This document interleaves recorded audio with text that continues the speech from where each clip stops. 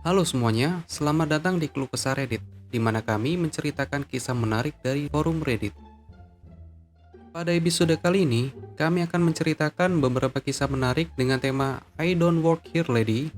Berikut kisahnya. Cerita pertama. Tentu saja kamu bekerja di sini. Kenapa lagi kamu berpakaian seperti itu? Jadi ini kembali pada bulan Agustus. Aku baru saja pindah ke kota dan baru saja mulai bekerja di bank. Aku belum memiliki pakaian perusahaan, tetapi memiliki banyak pakaian bisnis. Ditambah lagi, aku suka berpakaian bagus. Aku selesai lebih awal hari itu, dan pusat kota sedang dalam perjalanan pulang dengan kereta. Aku pikir aku akan berhenti untuk berbelanja pakaian. Aku sedang berbelanja di sekitar toko di bagian pakaian bisnis. Dan wanita ini bertanya apakah aku berbicara bahasa Spanyol, dan apakah aku bisa membantunya. Aku menjawab, ya, dan bertanya apa yang dia butuhkan. Wanita Spanyol, apakah kamu tahu di mana tempat koper? Aku, maaf Bu, aku tidak bekerja di sini. Tapi aku pikir mereka ada di lantai 1. Kami berdua tertawa, dan dia berkomentar tentang betapa bagusnya pakaianku. Itu membuatku sedikit tersipu. Lalu dia berterima kasih kepadaku karena telah membantunya. 20 detik kemudian, wanita lain mendatangiku dengan cara yang tidak terlalu baik. Menuntutku memakai mantel lain dengan celana yang serasi dalam ukuran seperti itu. Bertanya mengapa kami mencampur pakaian, dan secara khusus untuk memberinya ruang ganti saat dia tidak paham kenapa mall hanya buka 2 ruang ganti di tengah pandemi. Aku menjelaskan kebenarannya bahwa 1. Dunia sedang dalam pandemi. 2. Aku tidak tahu apa-apa tentang jas, aku hanya memakainya. 3. Aku tidak bekerja di sini. Wanita jahat, tentu saja kamu bekerja di sini. Mengapa lagi kamu berpakaian seperti itu? Aku, karena aku suka berpakaian bagus. Dan terus terang, ini bukan urusanmu. Wanita jahat, ya, aku melihat kamu membantu wanita lain. Berhenti berbohong. Aku, karena dia baik, mungkin kamu harus mencobanya sesekali. Pada titik ini, salah satu pekerja yang sebenarnya melihat apa yang sedang terjadi dan turun tangan.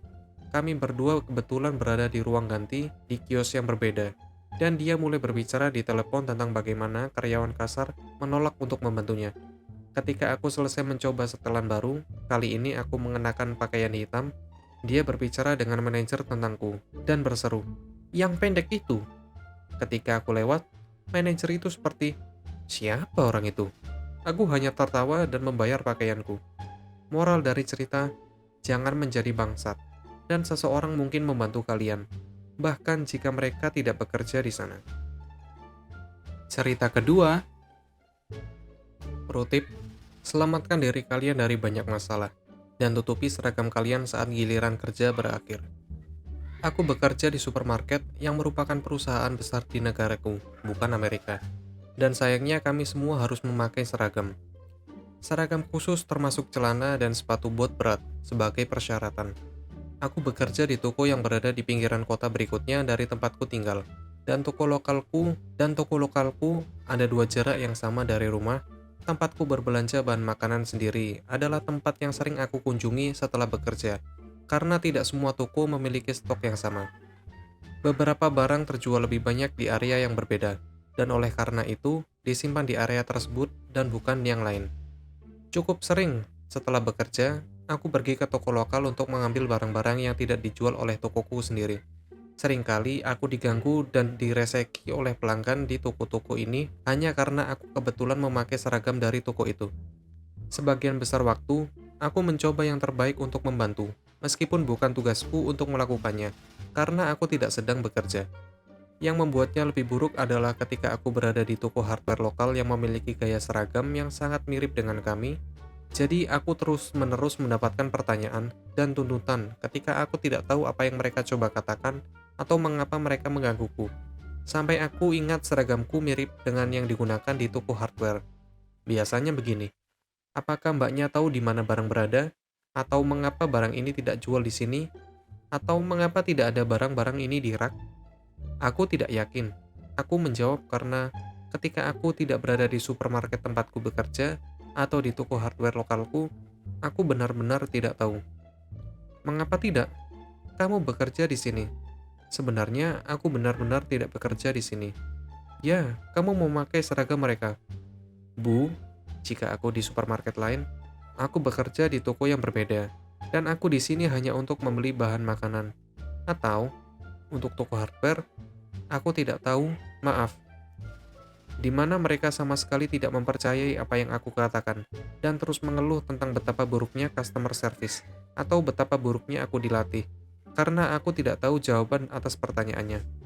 Jika aku berada di toko yang berbeda dari tokoku belanja, aku mencari anggota tim lain untuk meminta mereka membantu pelanggan, melepaskan mereka dariku. Atau jika aku berada di toko hardware, aku pergi begitu saja karena aku tidak memiliki kewajiban untuk membantunya, karena seragamku tidak ada artinya bagi toko hardware. Aku cukup sering dengan sengaja melepas seragam atau menutupinya hanya untuk menghindari gangguan oleh wanita yang resek. Tetapi kadang-kadang aku terlalu lelah atau ini musim panas, dan aku tidak ingin kepanasan mengenakan jaket. Aku menyimpan jaket di mobil untuk satu-satunya tujuan ini.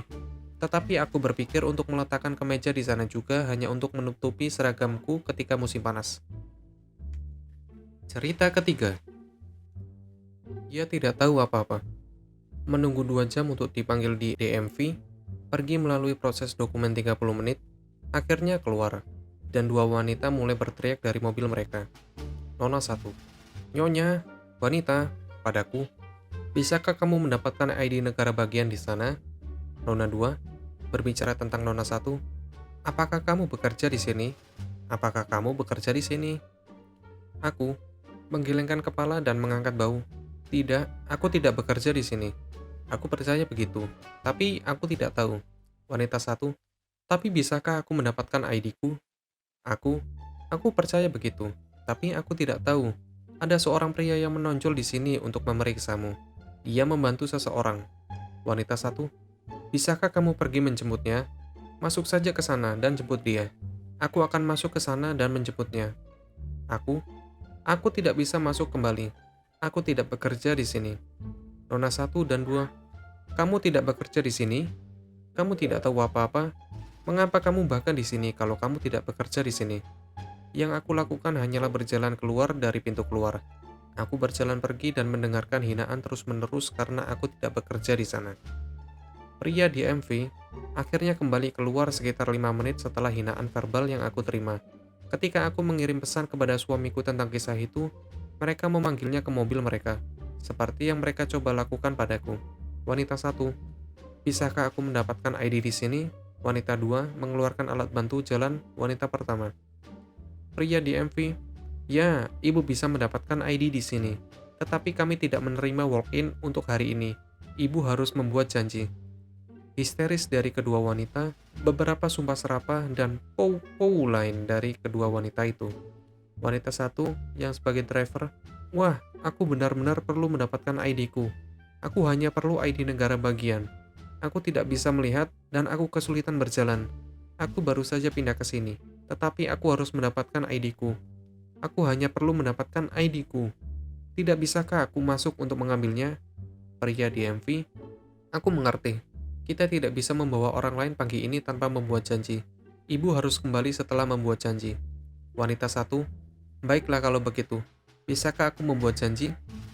Aku tidak mendengar jawabannya, tetapi dia menyelesaikan percakapan dan segera kembali ke pintu depan, di mana aku mendengar dia dimaki oleh 3 orang lagi, karena mereka perlu membuat janji dan mereka merasa mereka harus masuk. Aku hanya ingin tahu, bagaimana dia mengemudi jika dia tidak memerlukan SIM, dan hanya ingin ID negara. Dan juga, mengapa dia mengemudi jika dia tidak bisa melihat. Dia dan temannya akhirnya berteriak padaku lagi beberapa menit setelah itu. Mereka memanggil Nyonya sekitar 30 kali, sementara aku mengabaikannya. Pria lain akhirnya keluar dari gedung di belakangku, dan mereka menanyakan pertanyaan mereka. Tidak mungkin aku akan berbicara dengan mereka lagi, bahkan untuk menjawab mereka dengan cara keluar dari tempat parkir. begitulah kisah-kisahnya. Apabila terkesan, kalian bisa sampaikan di kolom komentar. Jangan lupa share, like, dan subscribe untuk membantu channel ini. Dah.